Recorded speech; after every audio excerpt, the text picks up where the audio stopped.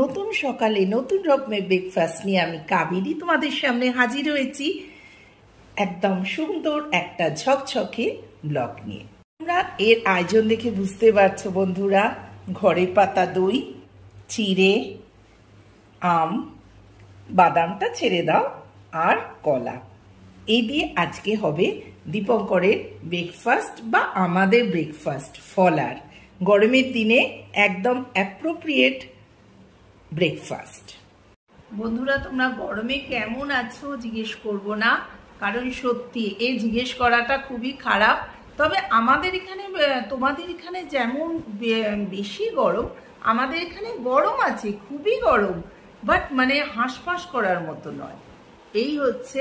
তবে ওয়াকিংয়ে যখন যাই একদম পুরো ঘেমে চান করে চলে আসি, সেটা তো হয় মানুষে গরমের দিনে, তবে হাঁসফাঁস গরম করার মতো সব নয় এখানে। গরমটা দেখো, সকালবেলায় পর্দা টেনে বসে আছি ফ্যান চালিয়ে। ঘড়ির কাঁটা ঘুরছে, তাই সময় নষ্ট না করে চলো ফলারটা মেখে তারপর আবার তোমাদের কাছে ফিরে আসছি আমি কাবেরী জীবন কথা থেকে। 3টে কলা এইভাবে নিয়ে এলো, আর আমগুলোকে কি করে ছাড়িয়েছি দেখো, পুরো ওপর থেকে খোলাটা নিয়েছি। এবার হাত দিয়ে করে নেবো। দীপঙ্করের হুকুম হলো একটুখানি খেজুর দাও সোমা, কারণ দীপঙ্কর চিনি দিয়ে খায় না গো, তাই খেজুরের মিষ্টির জন্য এই 4-5টা খেজুরের সাথে দিতে হয়। ফলারটা মাখতে মাখতে তোমাদের বলছি কেমন তোমাদের ওখানে আমটা উঠেছে ভালো, আমাদের এখানে অত ভালো ওঠেনি গো। তবু দীপঙ্কর একটু বেশি আম খেতে ভালোবাসে, কালকে একটা রাত্রিরে খেয়েছে, তাই ছোট ছোট এরকম আম পাওয়া যাচ্ছে। আর বড় বড় যেগুলো উঠেছে সেগুলো ওরাই বলে দিচ্ছে যে এগুলো জুসের জন্যে, এগুলো নেবে না, এগুলো ভীষণ টক। কাল একটা রাত্রিরে খেলাম, কিন্তু ঠিক আছে, টকও নয় মিষ্টিও নয়, জানি না এরা কিরম হবে। এর সাথে আমি একটু জল অ্যাড করেছি, হয়ে গেল আমার ফলার মাখা।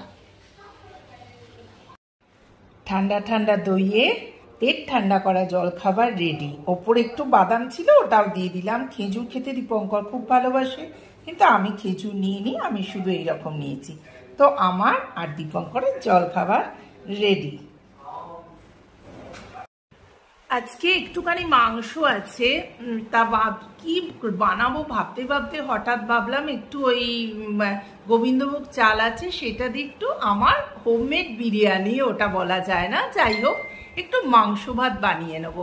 আর সন্ধেবেলা যেহেতু ও মানে খেতে আমাদের একটু দেরি হয়, তাই জন্য রাত্রে একটু ছোলে বানিয়েছিলাম, ছোলে আছে, তার সাথে একটু ঢ্যাঁড়স কেটে নিলাম। ঢ্যাঁড়স ভাজা রুটি খেতে আমি ভীষণ ভালোবাসি, জানো তো।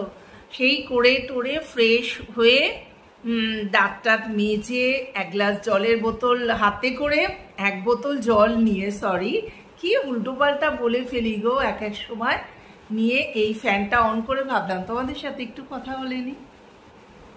গুড ইভিনিং বন্ধুরা, তোমরা নিশ্চয়ই ভালো আছো। আলুর দম তৈরি করেছি, কি সুন্দর দেখতে হয়েছে, জানি না খেতে কেমন হবে। আর কাঁচকলার কোপ্তা এখানে তোমাদের দেখাই। স্যালাড কেটে রেখেছি প্রত্যেকের আলাদা আলাদা করে, প্রত্যেকের আলাদা করে, দেখো আলাদা করে স্যালাড কেটে রেখেছি। এইখানে একটু রসমালাই রেখেছি। আচ্ছা, এইখানে এই দেখো গাজরের হালুয়া এনেছি। চলে আসো এইখানে আসল জায়গায়, চিংড়ি মাছ দিয়ে পোলাও করেছি। আর এখন বানাবো আমি মেথি দিয়ে মেথির পরোটা। তো তোমরা আর ভেতরে, হ্যাঁ ভেতরে একটা জিনিস আছে, সেটাও তোমাদের দেখাই, চলো। আর ছানা দিয়ে বানিয়ে ফেলেছি বিনস, আর ভেতরে রাখা আছে, এখনো ফ্রিজ থেকে বার করিনি আমি, মাছের একটু ফ্রাই করব এর সাথে। এই হচ্ছে আজকে আমাদের ডিনার। তো তোমরা বুঝতে পারছো বন্ধু, আমাদের বাড়িতে 2জন অতি প্রিয় গেস্ট আসছে, তাই জন্য আমার এই সামান্য আয়োজন।